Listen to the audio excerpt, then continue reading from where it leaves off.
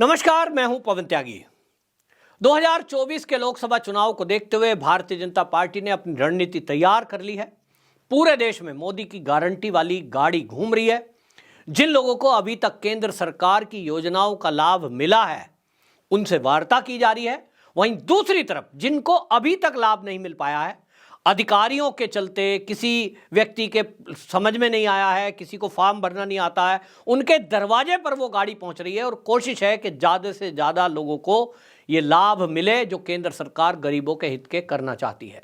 आपको जान के आश्चर्य होगा कि मोदी की गारंटी वाली गाड़ी के जरिए अभी तक 1 करोड़ लोगों को आयुष्मान कार्ड बनाए गए हैं, जो इस यात्रा का अंग बना है।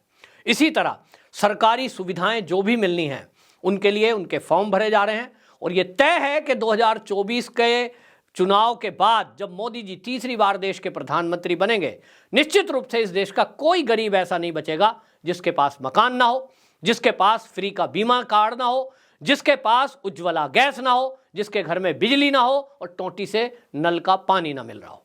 अब इसके लिए पूरे राज्यों में अपना हिसाब भारतीय जनता पार्टी ने लगाना शुरू किया है। तो बंगाल से लेकर कन्याकुमारी तक और पूरे भारत में जिस तरह की रणनीति तैयार की है, उसमें अमित शाह का बहुत बड़ा रोल है। ऐसे राज्यों में जहां भारतीय जनता पार्टी की पिछली बार सीटें नहीं आई, ऐसी 160 सीटों को चिन्हित किया गया है और ऐसी 160 सीट जहां भारतीय जनता पार्टी नहीं जीत पाई थी, सबसे पहले उनको फोकस किया गया है। ऐसे राज्य जहां यह दिखता है कि गुंडागर्दी ज्यादा हो सकती है, बूथ कैप्चरिंग हो सकती है, वहां धन बल का प्रयोग हो सकता है, ऐसी जगह पार्टी ने अपने सीनियर लीडरों को लगाया है। पश्चिम बंगाल की बात करें तो पश्चिम बंगाल के बहुत सारे मेरे मित्र प्रतिदिन लगभग वो चिंता प्रकट करते हैं कि भैया पश्चिम बंगाल का क्या होगा। यहां तो टीएमसी के गुंडे वो तो किसी को वोट डालने ही नहीं देते, लोगों को घरों से नहीं निकलने देते। जब लोग घरों से नहीं निकलेंगे तो वोट कैसे डलेगी। भाजपा का समर्थक, भाजपा का वोटर, उसको चिन्हित कर लिया जाता है और जिस तरह से वे विधानसभा के चुनाव हुए थे, उसमें भले ही टीएमसी अपनी पीठ थपथपा रही है कि साहब हम तो जो है भारी बहुमत से जीत गए। और आपको बता दूं 292 सीटों पर 292 जो विधानसभा की सीटें हैं उसमें 213 टीएमसी को मिली थी, तो अपनी पीठ थपथपा रही थी। लेकिन जो पश्चिम बंगाल के लोग हैं उनका कहना है कि बीजेपी के समर्थकों को तो पहचान करके उनके बाहर गुंडे खड़े कर दिए थे, घर से निकलोगे तो बाद में देख लेंगे। और इसलिए डर के मारे कोई निकला नहीं। जो हिम्मत करके गया, बाद में उसको पीटा गया, उसके घर में तोड़फोड़ की गई, कई घरों में आग तक लगा दी गई। और इसलिए वो कहते हैं कि 2024 का चुनाव भी आएगा। सब चाहते हैं कि मोदी जी ही तीसरी बार देश के प्रधानमंत्री बने और टीएमसी जैसी वो पार्टी जो बांग्लादेशियों का समर्थन करती है, घुसपैठियों को बढ़ावा देती है, उसका सफाया हो जाए। लेकिन पश्चिम बंगाल की जनता यह कह रही है कि वोट डालेंगे तो कैसे, टीएमसी के गुंडे तो फिर से आएंगे, फिर से हमारा जीना दुभर करेंगे। और इसलिए उनकी हालत तो यह है कि वो बूथ में अंदर घुसकर देखते हैं कि वोट किधर जा रही है, तो हम करें तो करें क्या। अब इसी के लिए आपको बता दूं, पश्चिम बंगाल की कमान अमित शाह ने खुद संभाली है, ऐसी खबरें आ रही हैं। अब आप समझ लें कि पश्चिम बंगाल हो या कोई राज्य, अगर अमित शाह खुद उसकी कमान संभालेंगे तो नतीजे क्या आएंगे। अभी 5 राज्यों के विधानसभा चुनाव हुए हैं। उन 5 राज्यों में यह कहा जा रहा था कि बीजेपी की तो एक भी राज्य में सरकार नहीं बनेगी। छत्तीसगढ़ में तो कांग्रेस का गढ़ है, मध्य प्रदेश में मामा के खिलाफ एंटी इनकम्पेंसी है और राजस्थान में तो अशोक गहलोत ने जो योजनाओं की घोषणा की है, वहां तो सवाल ही नहीं उठता किसी और की सरकार बन जाए। लेकिन आपको जान के आश्चर्य होगा, यही अमित शाह हैं देश के गृह मंत्री, जिन्होंने मध्य प्रदेश की कमान जब संभाली, पासा कैसा पलटा है कोई सोच नहीं सकता। रिजल्ट हमारे सामने है। अमित शाह वो रणनीतिकार है जिन्होंने शुरुआत भारतीय जनता पार्टी के अंदर पन्ना प्रमुख की परिपाटी की। पन्ना प्रमुख वो व्यक्ति जो सबसे आखिरी एक सीढ़ी पायदान पर खड़ा हुआ है, लेकिन उसकी नजर एक एक वोटर पर होती है। और इसी रणनीति को देखते हुए भारतीय जनता पार्टी और अमित शाह ये पश्चिम बंगाल में इस रणनीति को बनाने वाले हैं कि किस तरह से वोटर को बूथ तक लाया जाए और इतना ही नहीं, उसकी सुरक्षा भी सुनिश्चित की जाए। जो गुंडे हैं, गुंडागर्दी करने वाले लोग हैं, उनसे कैसे निपटा जाए, इस पर काम किया जा रहा है, चिन्हित किया जा रहा है। उठा करके जेल में डाल दिए जाएंगे इसके पहले भी विचार हो रहा है कि इसके पहले अगर राष्ट्रपति शासन तक भी लगाना पड़ा तो लगाना चाहिए। हालांकि भारतीय जनता पार्टी के शीर्ष ये कहते हैं कि देखिए उसकी एक मजबूरी है। अगर हमने राष्ट्रपति शासन लगाने की संस्तुति की, क्योंकि कई बार ऐसे मोड़ आए हैं जब लग रहा था कि भाई अब तो हिंसा का हद हो गई, अब तो राष्ट्रपति शासन लगा ही देना चाहिए, लेकिन वो कहते हैं ममता बनर्जी तो चाहती है कि ये राष्ट्रपति शासन लगाएं, फिर वो चिल्लाएं, फिर वो कोर्ट में जाएं और पूरा इंडिया अलायंस इसे मुद्दा बनाए कि देखिए लोकतंत्र का गला दबा दिया, मोदी जी डर गए ममता बनर्जी से। मोदी जी तो किसी से डरते नहीं है, अमित शाह तो कतई किसी से नहीं डरते हैं।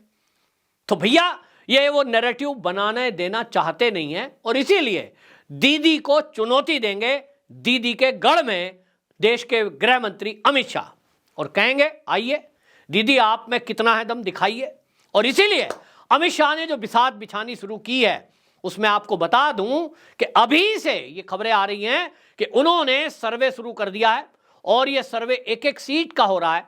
ये तय किया गया है कि जो पिछली बार सांसद जीते हैं, जीते तो ओबियसली मोदी के नाम पर ही हैं, ऐसे लोगों को बदला जा रहा है जो डरपोक हैं, जिन्होंने काम नहीं किया या जो टीएमसी से मिल गए, ऐसे लोगों की रिपोर्ट तैयार की जा रही है। और एक सूत्रों की माने तो लगभग 60% भारतीय जनता पार्टी के सांसद रिप्लेस कर दिए जाएंगे, नए चेहरों को आगे लाया जाएगा और नए चेहरे में निश्चित है ऐसे ही लोगों को टिकट मिलेगा जो डटकर ममता दीदी के गुंडों का मुकाबला कर सके, न डग बीके न झुके।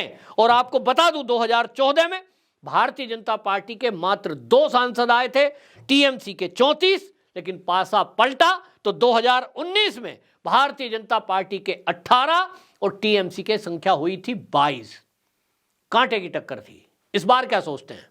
भारतीय जनता पार्टी ने इस बार 2024 के लोकसभा चुनाव में 42 लोकसभा सीटों में से भारतीय जनता पार्टी के लिए 35 का लक्ष्य रखा है।